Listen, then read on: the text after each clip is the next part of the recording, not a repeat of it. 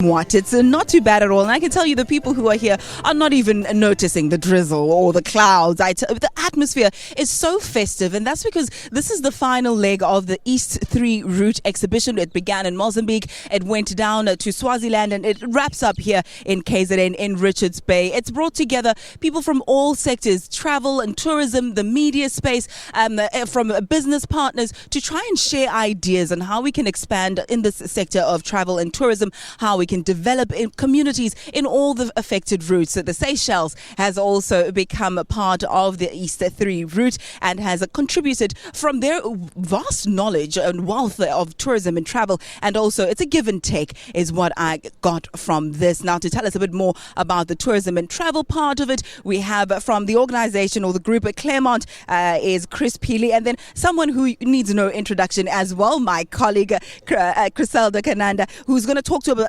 us about her experiences, because she went on this as well and what she gleaned from this experience as she was broadcasting from them. I'm going to start with ladies first. I'm not being biased. It's just the way it is.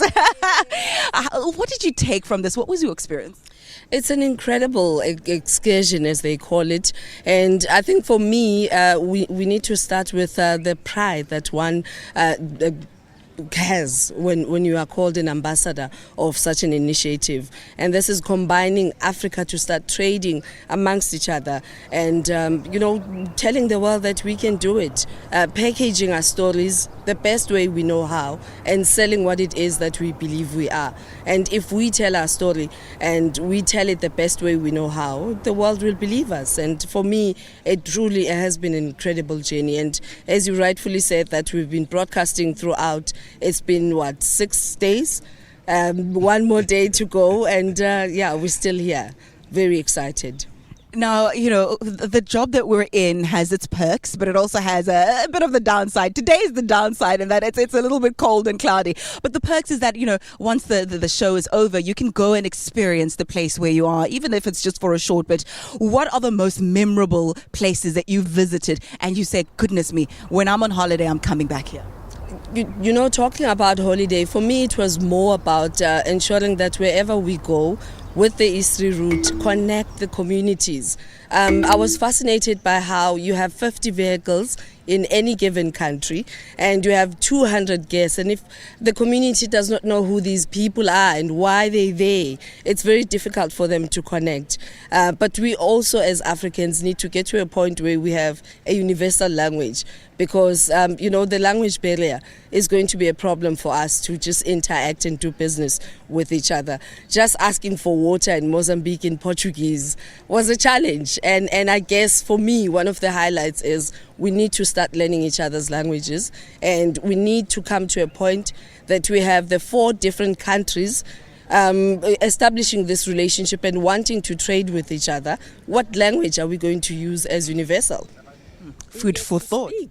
Yeah, that's some serious food for thought and something that we can consider. But from a man who has experience in the tourism industry, perhaps you can provide a way forward for us. Firstly, start by telling us a bit more about Claremont and what it does, what services it offers. Well, to put it straight and for correction, Claremont Tourism is an organization that I represent, but under the cluster of Pacheco Tourism Network. What we do there, we help and assist people to package their products. Pacheco represents travel offices, accommodation, transport, eateries. What we do, we help and educate our own people how to position themselves in terms of selling their packages, because Pacheco is a brand that portrays the image of the bigger brands that we know outside there, your Holiday Inns, your Protea. So what we do with our counterparts, which is Mozambique and Swaziland, is to make sure that we have those kind of product existing in those countries, so that when we send our people there, they are assured that the brand is there, they fit into what they know and they understand. It is important when we are within the tourism sector that to become part of the network, because you cannot operate alone. So this is what we are trying to present to the people. Become part of an Pacheco brand, where you get a network, where you're going to get a pool of people that will sustain and keep your business running for the year round. How important is, Criselda touched on it briefly, the community. How important is the image of South Africa among ordinary people? For example, if we have tourists or visitors coming to the country, you're always told you need to be friendly, you need to be smiling, you need to be courteous so that people will want to return. How important is a country's people themselves and the community in buying into their own product in order to sell it? Well, I believe our own people have already started, but what I can assure you, people believe into their own environment. South Africans are good people, beautiful people who believes in quality, and they will definitely make sure that they support it. The friendliness of people is amazing in KZN. They are a very friendly nation who loves people, who loves their culture, and they are very welcoming. There we go. We'll leave it there for now. And I'm smiling. You see, come and visit Richards Bay. Come and visit KZN. We're going to continue taking a look at the goings on surrounding the East 3 route and the exhibition. We'll do that in just a moment. But right now, Andile, you were so right. It is cold. It is raining. And you told me about that cold front beginning of the week, but I just was hoping that it wouldn't be so. But, you are the lady who knows the weather.